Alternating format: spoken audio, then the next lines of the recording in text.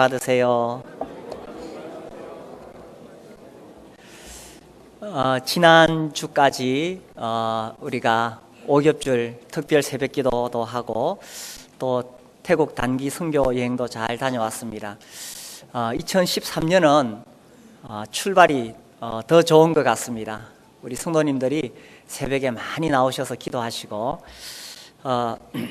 그래서 일신울신, 어제보다 오늘이 낫고 오늘보다 내일이 낫고 작년보다 올해가 더 나아져야 되겠죠. 그래서 우리의 이 신앙도 우리의 믿음도 작년보다 올해가 더 나아져야 됩니다. 그래서 1월에 제가 특별히 이 시간에 우리의 신앙이 자라가기 위해서 정말 중요한 핵심적인 부분을 오늘 말씀을 드리려고 합니다. 그래서 오늘 이 말씀을 통해서 이 말씀을 오랫동안에 계속 훈련하고 적용해서 작년보다 더 성장하는 그런 한 해가 되기를 바랍니다. 우리 오늘 말씀에서 이 사울, 예수님 만나기 전에는 주로 사울이라고 쓰다가 이제 이후에 바울로 이름이 바뀌게 되지요. 이 사울, 바울이죠. 1절에 보니까 사울이 주의 제자들에 대하여 여전히 위협과 살기가 등등하여 이렇게 되어 있습니다. 위협과 살기가 등등했다. 지금 이 바울은 마음속에 열정이 끓어 넘치는 것입니다. 이 사람은 그 당시 최고의 학자라고 할 수 있는 가말리엘의 문화에서 최고의 학문을 배웠습니다. 그리고 율법으로 잘 훈련이 되어져 있고 그리고 또 하나님을 향한 열심이 특별했죠.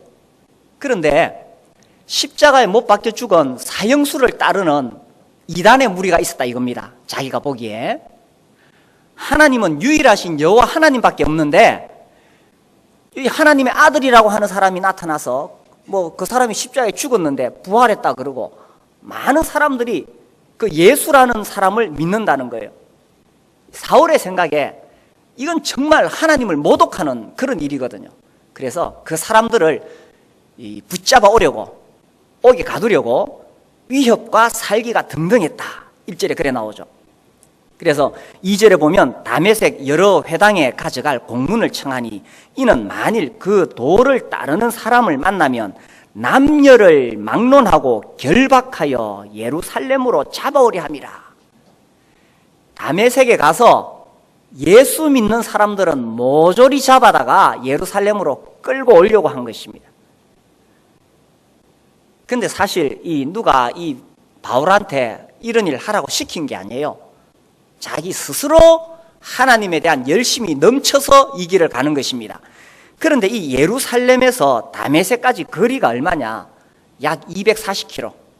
이 당시에 여기 다녀오려면은 4일에서 6일이 걸리는 거리입니다. 그러니까 짧은 거리가 아니죠. 이 4일에서 6일 걸리는 거리를 가서 그 사람들을 다 잡아가지고 또 끌고 와가지고, 그러니 이 보통 열심이 아니면 이 일을 할 수가 없는 것입니다. 누가 시킨 것도 아니고 무슨 보상이 있는 것도 아니고 자기 스스로 열심히 넘쳐서 가는데 3절 사울이 길을 가다가 다메섹에 가까이 이르더니 호련히 하늘로부터 빛이 그를 둘러 비추는지라. 거의 다메섹에 가까이 왔을 때 갑자기 하늘에서 빛이 비춰졌습니다. 그 빛이 비추는 순간에 4절 보십시오. 자, 바울이 어떻게 됐습니까? 땅에 엎드러져. 이렇게. 그 빛이 비추어지는 순간 바울이 땅에 엎드렸습니까? 엎드려졌습니까? 엎드린 것이 아니고 엎드러졌습니다. 제가 이 표현을 자세히 또 좀 살펴보려고 세 번역을 보니까 그는 땅에 엎어졌다 이렇게 되어 있습니다. 또 현대인의 성경에는 그는 땅에 쓰러졌는데, 좀 더 실감나게 우리식으로 표현하면 빛이 비추어졌을 때 이 살기 등등했던 이 바울이 그냥 꼬꾸라진 것입니다. 예수님을 만나는 그 순간, 부활하신 주님, 살아계신 예수님을 만나는 그 순간 그렇게 살기등등하고 그 종교적 열심이 하늘을 향해 찌른 정말 이 혈기왕성한 이 젊은이가 예수님 만나는 순간은 완전히 고꾸라진 것입니다. 그 앞에서 완전히 쓰러진 것입니다. 땅에 엎어진 것입니다. 땅에 팍 엎어진 것입니다. 이 신앙생활이라는 게 뭐냐? 구원받는다는 게 뭐냐?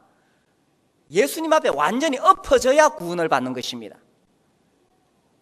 저도 이제 교회에 나오시는 분들 예수님 믿고 구원받도록 계속 복음을 전하는데요, 엎어져야 구원받는 겁니다. 쓰러져야, 부서져야, 완전히 박살이 나야 구원을 받는 거예요. 이 사울, 바울, 정말 혈기왕성했던 이 젊은이, 정말 이 막 피가 끓는 이 젊은이, 그가 예수님 만나는 순간 완전히 땅에 엎어진 것입니다. 구원받을 때뿐만 아니라 우리가 신앙생활 하면서도 땅에 엎어지고 깨지고 부서지지 않으면 절대로 신앙이 자라가지 않습니다. 이제 구원받은 다음에 우리가 성화의 삶을 살아가게 됩니다. 성화의 삶을 살아갈 때에 깨지지 않는 사람 절대로 성화되지 않습니다. 교회가 존재하는 이유가 뭡니까? 영혼 구원하여 제자 삼는 것입니다. 근데 제자를 삼으려면 내가 먼저 제자가 되어져야 돼요. 그럼 제자가 되기 위해서 첫 걸음이 뭐냐? 깨지는 겁니다. 땅에 엎어지는 겁니다. 이 자아가 부서지고 깨지지 않은 사람 절대로 제자의 삶을 살아갈 수가 없습니다. 제자의 삶의 가장 핵심이 뭡니까? 섬기는 것입니다. 예수님처럼 섬기는 것. 그런데 깨어지지 않은 사람은 절대로 섬김의 삶을 살 수가 없다는 사실입니다. 그래서요, 이 신앙생활, 승리의 비결, 여러 가지 영적인 원리들을 많이 이야기할 수 있습니다만은 그 첫걸음이 뭐냐 하면 이 바울처럼 주님을 만나면서 땅에 엎어지는 것이요, 쓰러지는 것이요, 깨지는 것입니다. 여기서 출발하지 않으면 자라갈 수 없습니다. 2013년 1월입니다. 나름대로 다 주님 앞에 어떤 계획을 가지고 계실 겁니다. 그런데 내가 2013년에 정말 영적으로 자라가기를 바란다면 깨져야 됩니다. 우리 옆 사람에게 얘기할까요? 깨집시다. 예, 제가 이렇게 이야기하는데 지금 안 하시는 분은 아직 덜 깨져서 그렇습니다. 완전히 깨져야만이 성장이 일어나게 되는 것입니다. 우리가 이번 특세 기간에는 조지 뮬러의 응답받는 기도라는 책을 가지고 아침마다 읽었습니다. 어떤 기자가 조지 뮬러에게 찾아와서 물었습니다. 선생님은 어떻게 변함없이 평생을 그토록 고아들을 위해 헌신적으로 살 수 있었습니까? 어떻게 선생님 그렇게 고아들을 위해서 그렇게 변함없이 헌신적으로 살 수 있었습니까? 물었을 때 조지 뮬러가 이렇게 대답했습니다. 그것은 조지 뮬러가 죽었기 때문입니다. 조지 뮬러는 자기의 신앙에 대해서 이야기할 때 조지 뮬러가 죽은 날이 있다 이렇게 고백하고 있습니다. 깨지고 완전히 깨진 상태는 뭐냐? 죽은 겁니다. 십자가에 못 박힌 것입니다. 여기서 구원받게 되고 여기서부터 성화가 일어나는 것입니다. 십자가에 못 박힌 것, 죽은 것, 깨진 것, 여기서부터 제자의 삶이 시작되는 것입니다. 이 원리는 매우 중요한 것입니다. 이걸 떠나서 우리가 신앙생활을 말할 수가 없습니다. 완전히 박살이 나야만이 진정으로 섬기는 삶을 살 수 있고 예수님을 닮아가는 것입니다. 그러니까 그 사람이 예수 믿은 지 얼마나 됐느냐, 성경을 얼마나 아느냐, 이전에 그가 얼마나 예수님을 닮았느냐 하는 것은 그가 얼마나 주님 앞에서 깨어졌느냐 하는 것입니다. 깨어지지 않고서 절대로 주님 앞에 자라갈 수가 없다는 것입니다. 우리 이 모세 이야기를 좀 보겠습니다. 출애굽기 3장에 보시면요, 출애굽기 3장 11절입니다. 자, 이 장면은 하나님께서 모세를 부르시는 장면입니다. 이제 이스라엘 민족을 애굽에서 이끌어내기 위해서 모세를 지도자로 세워서 모세를 통해서 이끌어내시려고 할 때에, 자, 내가 너를 애굽에 보내가지고 이스라엘 민족을 구원해내겠다 이렇게 했을 때 모세의 대답이 11절에 나옵니다. 우리 11절 같이 한번 읽어볼까요? 모세가 하나님께 아뢰되 내가 누구이기에 바로에게 가며 이스라엘 자손을 애굽에서 인도하여 내리까? 내가 누구이기에, 아이고 하나님, 내가 누구이기에 이렇게 큰 일을 할 수가 있겠습니까? 이렇게 물었어요. 만약에 하나님이 이 출애굽기 3장 11절이 아니고 이 출애굽기 2장에서 모세에게 찾아와서 이렇게 말씀하셨다면 이렇게 대답하지 않았을 것입니다. 만약에 이 모세가 40살 되었을 때 하나님께서 그를 불렀다면 이렇게 대답하지 않았을 것입니다. 40살 된 모세에게 당신이 누굽니까? 이렇게 물으면 모세가 이렇게 대답하겠죠. 내가 누구냐고요? 나는 이집트 왕자요. 그리고 나는 이 당시 최고의 강대국인 이집트의 모든 학문과 모든 재주를 익힌 사람이요. 그리고 나는 젊음이 넘치고 나는 장차 현재 바로를 뒤이어 이집트 대제국의 왕이 될 사람이요. 그렇게 대답했을 것입니다. 그런데 40년이 지난 지금 출애굽기 3장은 모세가 80살 됐거든요. 지금 하나님이 찾아와서 내가 너를 애굽에 보내겠다 하시니까 아이고 하나님, 내가 누구이기에 이렇게 나오는 것입니다. 이 모세가 40살 되었을 때 자기 민족을 사랑하는 마음으로 메시아직 어떤 그런 의식을 가지고 그가 일을 시작했을 때 했던 것은 살인밖에 안 됐습니다. 그리고 결국 살인자가 되어서 이집트에서 쫓겨나게 되는 것입니다. 그래서 이제 40년이 지난 다음에 하나님께서 다시 모세를 불러서 내가 너를 보내겠다 그렇게 이야기할 때는 오히려 모세가 못 가겠습니다 이렇게 말하는 거예요.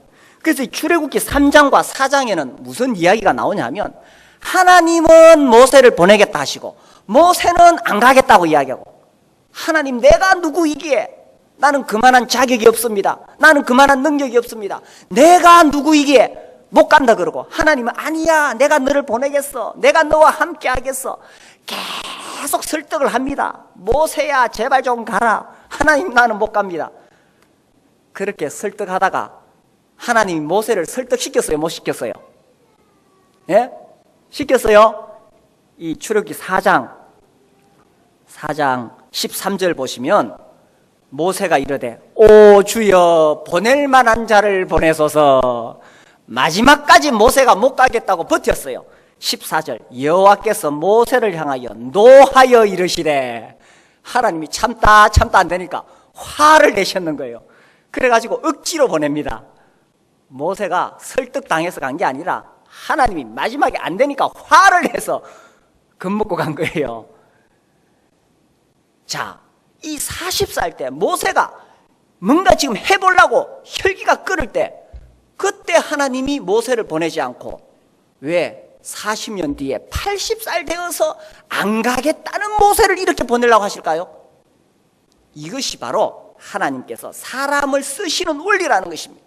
모세가 뭔가 자기 스스로 뭔가를 할 수 있다고 자신감 충만했을 때는 안 돼요. 40년 동안 광야에서 모세가 완전히 썩어서, 40년 동안 모세가 광야에서 완전히 부서지고 깨어져서, 하나님 나 진짜 못합니다. 하나님 나 이거 겸손 아닙니다. 나 정말 못합니다. 완전히 하나님 앞에 손들었을 때, 그때 하나님이 찾아오셔서 모세를 부르신 것입니다. 하나님 앞에 깨어지지 않은 사람은 쓰임받을 수가 없는 것입니다. 하나님 앞에 깨어지지 않고 주님의 일을 하면 부작용이 생깁니다. 깨지지 않는 사람은요, 아무리 능력이 있어도, 아무리 재주가 뛰어나도 하나님 손에 온전히 쓰임을 못 받아요. 다윗 시대에 군대 장관이 누굽니까? 요압이죠. 이 요압은 정말 능력 있는 군대 장관이었습니다. 그 군대를 딱 잡을 수 있는 그런 카리스마가 있는 사령관이었습니다. 그가 여부수 족속을 칠 때 제일 먼저 올라가서 군대 장관이 되었고, 위기 때마다 다윗과 함께 했습니다. 다윗을 지켜주었고, 마지막까지 다윗과 함께한 정말 훌륭한 군대 장관입니다. 그러나 요압의 특징이 뭐냐 하면 완전히 깨지지 않는 사람이라. 그래서 이 결정적인 순간에 자기의 이익과 딱 상관되면 다윗의 뜻을 거스르게 됩니다. 그래서 아브넬을 죽입니다. 그리고 이 압살롬을 죽입니다. 그리고 자기의 경쟁자였던 아마사를 또 죽이게 되죠. 다윗이 이 아브넬이 죽었을 때 이런 표현을 씁니다. 이 사무엘라 3장에 보시면요, 사무엘라 3장 39절에 보시면은, 내가 기름 부음을 받은 왕이 되었으나 오늘 약하여서 서루야의 아들인 이 사람들을 제어하기가 너무 어려우니 여호와는 악한 자에게 그 악한 대로 갚으실지라. 다윗이 비록 왕이 되었지만 요압의 세력을 제거할 수가 없었는 거예요. 요압이 얼마나 다윗을 위해서 훌륭하게 싸우고 다윗을 보호해주고 다윗을 왕으로 세우고 그렇게 훌륭한 장군이었지만 깨어지지 않은 요압은 다윗에게는 늘 부담이 되었던 것입니다. 우리가 주님의 일을 할 때에 깨지지 않은 상태로 주님의 일을 하면 다른 사람에게 부담이 되는 것입니다. 그리고 완전히 깨어질 때에 주님이 나를 사용하시는 거예요. 이제 2013년에는 각 목장마다 이 영혼 구원의 열매가 맺혀야 되는데 그 전에 먼저요 깨져야 돼요. 특별히 우리 목자님들, 목녀님들이 주님 앞에서 깨져야 됩니다. 이 마음에 안 드는 목장 식구들 맨날 지각하고 맨날 불평하고 혹 그런 목장 식구가 있더라도 내가 깨져야 돼요. 내가 깨져야 돼요. 목자 목녀가 먼저 깨어져야 돼요. 완전히 부서지고 깨져야 비로소 그 목장 식구를 받을 수가 있어요. 그래서 그렇게 내가 깨지면 목장 식구도 깨집니다.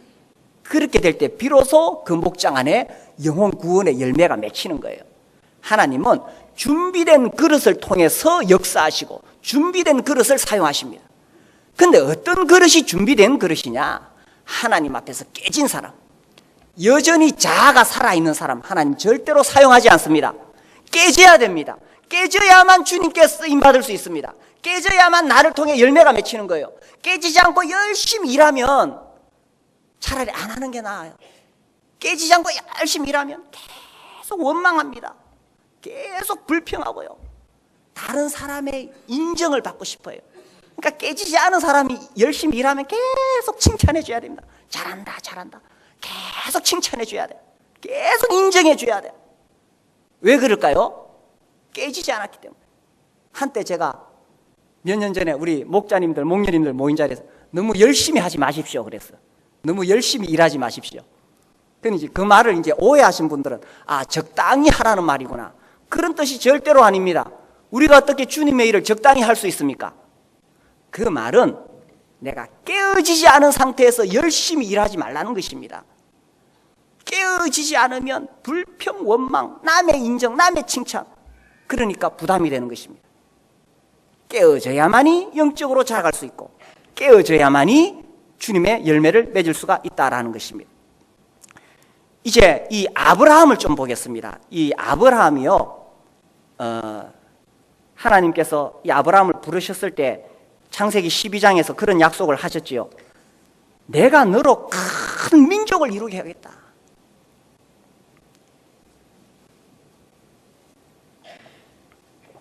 (12장 2절에) 보면 내가 너로 큰 민족을 이루고 네게 복을 주어 네 이름을 창대 큰 민족을 이루게 하겠다. 그러면 일단 자식들을, 아들들을 줄줄이 낳아야 됩니다. 그래야 큰 민족이 되죠.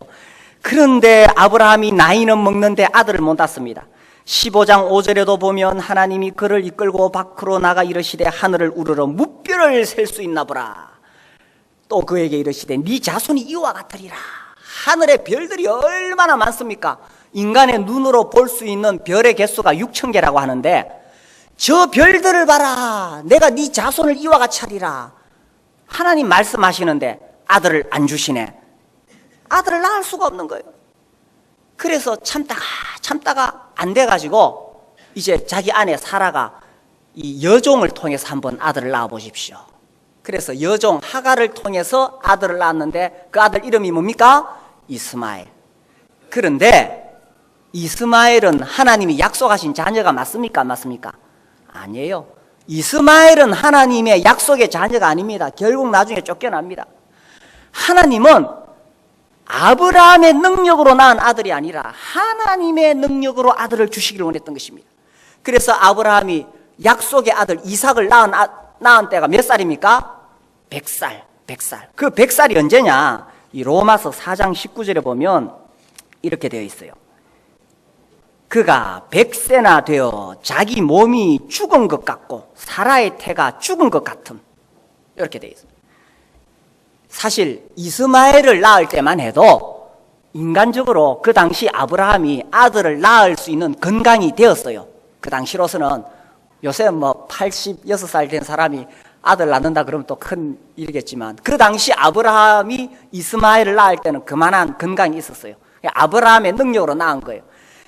그런데 100살이 되었을 때는 더 이상 아들을 낳을 수가 없어요. 아브라함도 안 되고 그 아내 사라도 안 돼요. 100살, 90살 노인들이 무슨 아들을 낳아.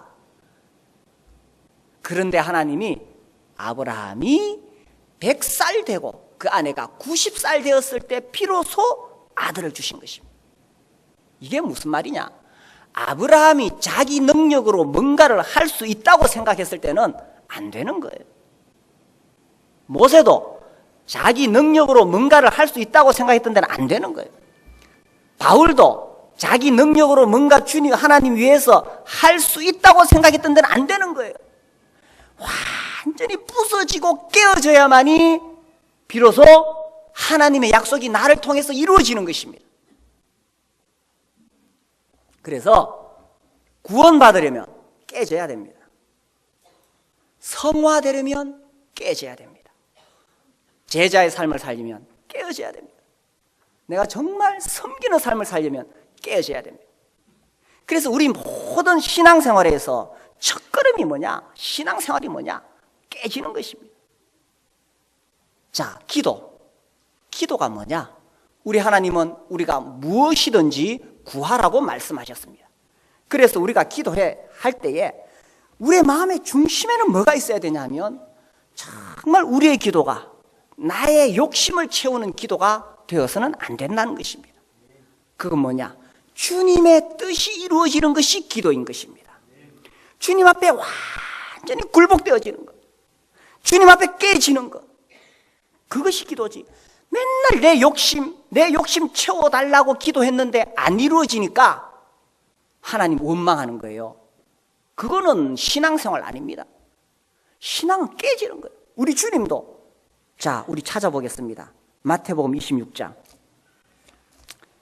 십자가를 앞두고 기도하실 때에 주님도 그 십자가를 피하고 싶었습니다. 할 수만 있다면 그 십자가를 피하고 싶었습니다. 그때 이렇게 기도하시죠. 26장 39절. 조금 나아가사 얼굴을 땅에 대시고 엎드려 기도하여 이르시되 내 아버지여 만일 할만하시거든 이 잔을 내게서 지나가게 하옵소서. 우리 주님도 십자가에 못 박혀 죽는 것이 얼마나 고통스러운지 아셨기 때문에 할만하시거든, 아버지 하나님 할만하시거든 나 십자가 안 지게 해주십시오. 그러나 나의 원대로 마시옵고 아버지의 원대로 하옵소서. 그러나 아버지의 뜻이 내가 십자가에 못 박혀 죽는 것이라면 내 뜻대로 마옵시고 아버지의 뜻대로 하옵소서. 이것이 궁극적인 기도라는 것입니다. 주님 앞에 완전히 부서지고 깨져서 주님, 나는 이렇게 하고 싶어요. 나는 좀 더 편하고 나는 좀 더 이렇게 잘 되고 이렇게 되고 싶어요. 그러나 주님이 원하신다면 주님의 뜻이 이루어지기를 원합니다. 완전히 부서지고 깨지는 거죠. 우리가 지난주에 그 조지 뮬러 책을 읽으면서 이런 장면을 보았습니다. 이 조지 뮬러의 딸이 큰 병에 걸리게 되죠. 발진 티푸스. 그 당시로서 위험한 병. 그 외동딸이 위독하게 되었을 때 뮬러가 기도하다가 주님과 대화하게 됩니다. 너는 이 아이를 기꺼이 내게 바칠 수 있겠느냐? 그 아이가 이제 죽어갈 때 너는 이 아이를 기꺼이 내게 바칠 수 있겠느냐? 그때 뮬러가 하나님 앞에 대답합니다.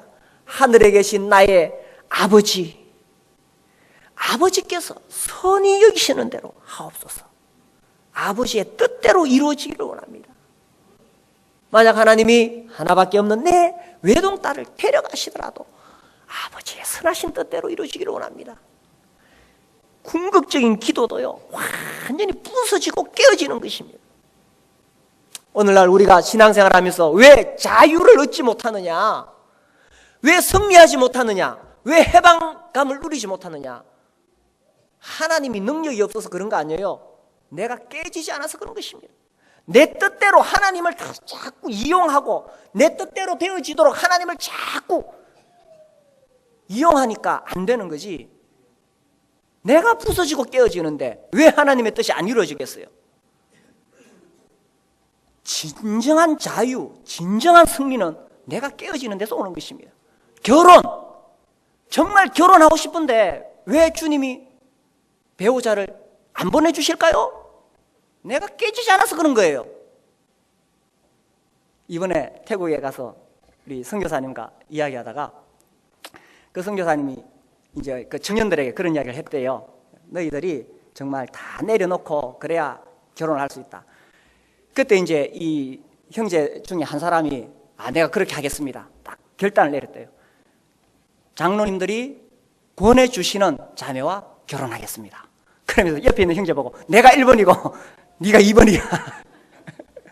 그래서 세 사람을 권해줬는데, 세 자매를 권해줬는데 그 중에 이제 두 자매가 좀 이렇게 외모가 괜찮고 한 자매가 좀 외모는 그렇지만 아주 영적이었대요. 그래서 이 형제님이 영적인 그 자매님하고 결혼했어요. 우리가 이번에 갔을 때 그 맷잔에서 이제 그 형제님 아주 나이가 젊어요. 30 몇 살인데 맷잔에서 전심 사회 가도록 그렇게 이제 교회적으로 장로들이 모여서 그 형제를 세웠습니다. 제가 이렇게 가까이 아는 목사님 중에 이분이 이제 UBF 그 선교 단체가 있는데 그 선교 단체가에서 일부 이제 나와서 이렇게 교단을 형성하고 있는 데가 있어요. 그 목사님 이제 그쪽 출신인데 UBF라고 아마 많이 들어보셨을 거예요. 거기 특징 중에 하나가 교회 리더들이 딱 짝을 지어준답니다. 그러면 찍소리 안 하고 결혼한대요. 그래서 우리가 그거 너무 심한 거 아닙니까? 물으면 물론 좀 어려움이 있을 수도 있겠지요. 그런데 우리가 그렇게 짝을 지어줄 때에 아무렇게나 안 합니다. 정말 내 자식같이 기도하고 그렇게 하는데 순종하면 다 결혼해서 복 받습니다. 자, 우리 여기 이제 제 나이 이상 되시는 분들 다 그렇게 결혼했습니다. 교회에서 장로님들이 불러서 권하면 당연히 순종하는 마음으로 결혼을 했습니다. 그리고 그 순종의 대가는 하나님의 축복이었습니다. 하나님의 복이었습니다. 깨지지 않으면 결혼하고 싶은데 왜 결혼이 안 되느냐? 내가 깨지지 않으면 안 됩니다. 그래서 실상 우리의 삶에서 많은 부분에서 하나님이 내 기도를 응답하시지 않는 것이 아니라 내가 깨지지 않는 부분이 있는가 이걸 살펴봐야 돼요. 근데 안 깨지니까 하나님이 하시는 방법이 뭐냐? 하나님 제일 많이 사용하시는 것이 고난입니다. 고난. 하나님 고난을 통해서 우리를 깨뜨리시는 것입니다. 예상치 않은 사고 또 질병을 앓게 됩니다. 물론 우리가 몸이 약해서 병에 걸릴 수도 있고 또 뭐 사업 수완이 부족해서 사업이 안 될 수도 있어요. 그러나 그 이면에는 정말 나를 사랑하시는 하나님께서 내가 진정으로 성화되기를 원하기 때문에 내가 정말 예수 그리스도를 따르는 제자의 삶을 살기를 원하기 때문에 나를 깨뜨리기를 원하시는 거예요. 깨어져야만이 주님을 닮아갈 수 있기 때문에. 그래서 우리 주님 때때로 고난을 통해서 나를 깨뜨리시는 것입니다. 그래서 어려운 일 만날 때 정말 왜 주님이 나에게 이 일을 허락하셨는가 자신을 돌아보게 되는 것입니다. 특별히 많이 배운 사람일수록 깨질 게 많습니다. 나이가 많을수록 깨질 게 많습니다. 성경을 많이 할수록 깨질 게 많습니다. 돈이 많을수록 깨질 게 많습니다. 영적인 것과 인간적인 것은 너무나 거리가 멀기 때문에 어떤 면에서 내가 인간적으로 세상적으로 부유하면 깨질 것이 훨씬 더 많다는 것입니다. 그래서 깨어져야만이 비로소 주님 기쁘시는 삶을 살아갈 수가 있다는 것입니다. 또 주님이 우리를 깨뜨리기 위해서 일상적으로 가장 많이 사용하시는 것은 결혼 생활입니다. 결혼을 해야 깨지게 됩니다. 그래서 부부간에 마음이 안 맞아가지고 그래가지고 결혼 생활을 해야 이게 깨지지, 결혼 안 하면 자기가 제일 선한 사람인 줄 알아. 자기가 제일 인격적으로 훌륭한 줄 알아. 근데 결혼해서 살다 보면 부서지고 깨지는 것입니다. 그것을 통해서 주님을 닮아가게 되는 거죠. 그리고 또 주님이 우리를 깨뜨리기 위해서 우리를 목장 안에서 함께 살아가게 하십니다. 이 목장에 가면은 마음에 안 맞는 사람이 있을 수가 있어요. 그래서 목장이 갈등기를 겪게 되는 것입니다. 그때 저 형제는 왜 저럴까? 주님 말씀하십니다. 네가 깨지라고 하는 거야. 주님, 저 자매님 좀 변했으면 좋겠어요. 주님, 아니야, 네가 좀 깨지라고 내가 저 사람 붙였는 거야. 목장에서요. 거기 목장이 뭐 하는 데냐? 내가 깨지는 곳이 목장이에요. 목장 안 하면 안 깨져요. 자, 일주일에 한 번 주일날 교회에 와서 예배 드리고 아이고 형제님 반갑습니다 악수하고 헤어지는데 깨질 일이 뭐 있어요? 맨날 좋은 얼굴만 보지. 그렇겠죠? 적당한 거리를 두고 사귀면 절대 싸울 일 없습니다. 근데 목장에서 매주 만나서 밥 먹고 교제하다 보니 성질이 다 드러나네. 개성들이 드러나죠. 개 같은 성질들. 그래가지고 거기서 부딪히고 깨지라고 주님이 목장하라는 거예요. 거기서 안 깨지면 싸늘해요. 열매가 없어요. 그런데 깨지면 그때 따뜻해지게 됩니다. 이 사람 몸이 따뜻해야, 여자들 몸이 따뜻해야 임신이 가능하다 그러죠. 목장이 따뜻해야 비로소 영혼 구원의 열매가 맺히게 되는 것입니다. 주님이 우리를 깨뜨리기 위해서 사용하시는 매우 중요한 요소. 자, 첫 번째 고난, 두 번째 결혼, 세 번째 목장, 네 번째 이 정말 중요한 거. 로마서 13장, 마지막으로 로마서 13장 말씀 보겠습니다. 이 주님이 우리를 깨뜨리기 위해서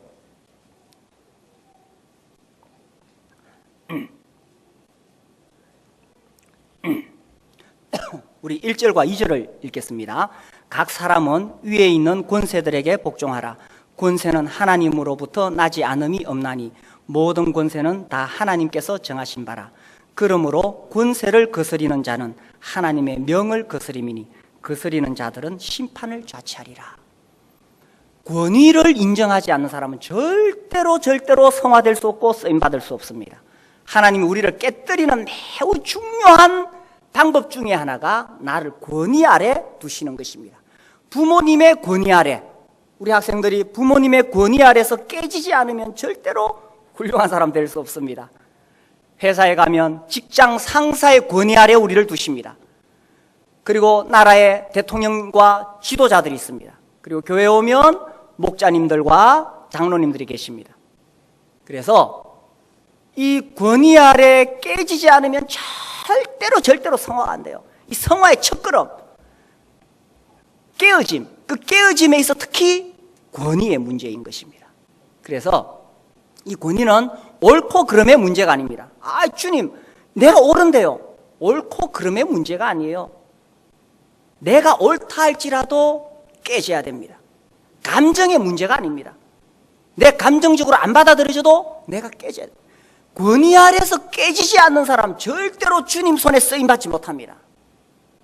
정말 내가 주님 앞에 가치 있는 삶, 주님의 영광을 위해 살고자 한다면 이 권위 아래 깨지는 훈련이 돼야 돼요. 권위 아래.